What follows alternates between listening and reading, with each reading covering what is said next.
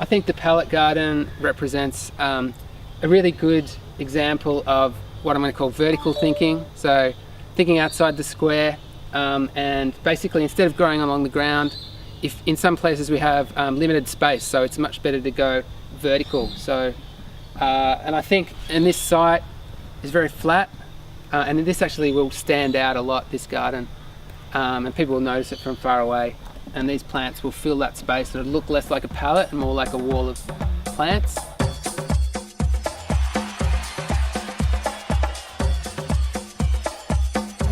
Okay, so what you'll see here is Jordan's actually sliding cardboard through on the facing side of the pallet, and this is to secure the soil in so that the soil stays tight and compacted and protects the plants as much as possible when the plants are in. He's now going to just grab the staple gun and staple it into place, which also helps to assist the soil remaining compact. Putting weed matting down on the back of the pallet now, cutting it to size and stapling it on to hold the soil in. Hopefully it will be strong enough.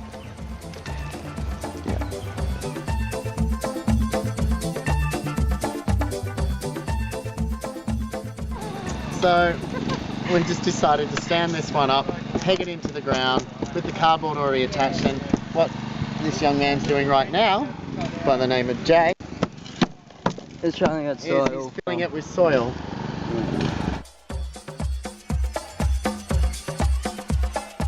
So we've got the compost here that was created out of the hot compost that we did a couple of months ago, and so we sifted it on the bed, and so this will provide our soil mix with phosphorus and nitrogen, which will help the plants.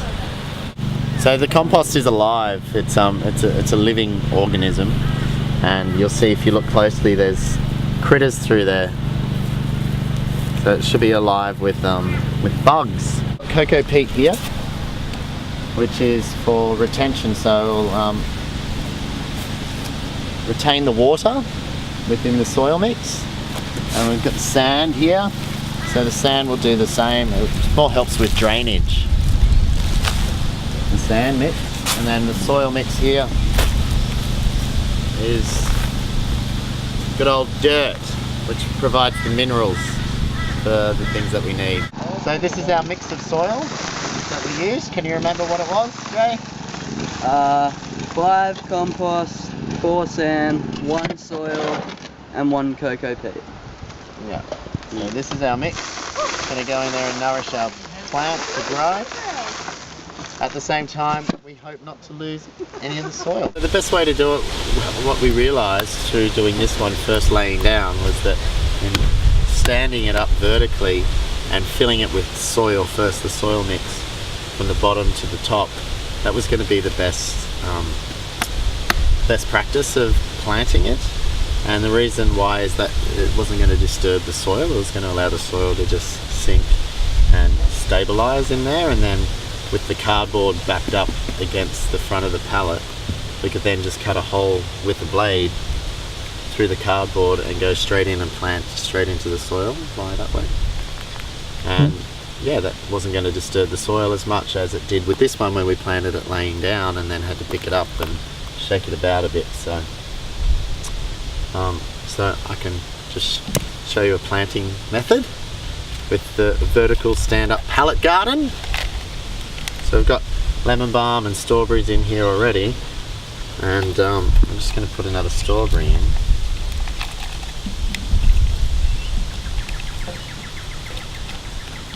So we're limited with space when it comes to actually planting in these holes here.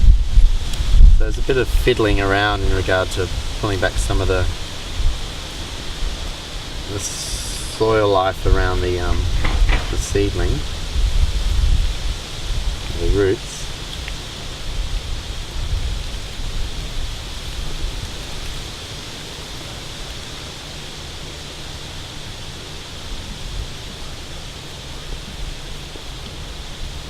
And then Bob's your Auntie Strawberry, look at that!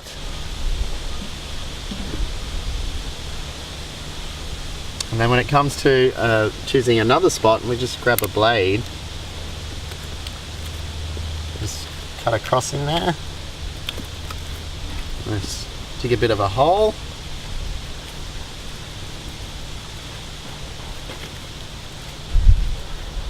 We're ready to put something else in there, and just to allow for roots. You might want to offset them wherever you choose to plant them, so that the roots can spread out and there's a bit of space for them to grow. To care for the palette garden, we want to water them in kind of daily until they're established, and then maybe once a month give them some liquid fertilizer like worm juice or sea salt, and just make sure they're hydrated enough from day to day. And we're just going to, with this oregano, try and, as it grows, train it down this side just so that it's covering the black plastic on that side to make it more aesthetic. And same with these guys, they might need to be trained a little bit, but other than that, it's all good.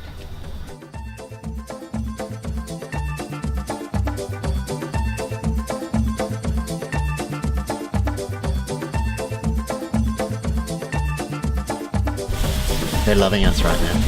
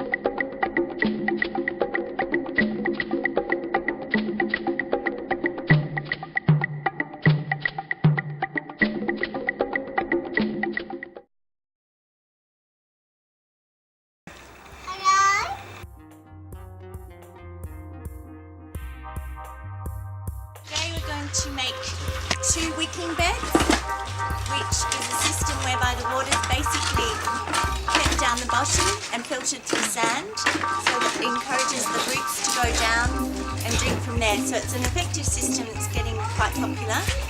Our first step is to insert a filter pipe like this one. So we need to put a hole in the side of the box so that we can put that through and it filters out the water to keep the sand clean. And then we're going to go and put in plastic lining to keep it from falling out the bottom, obviously. So we put in a layer about halfway of sand.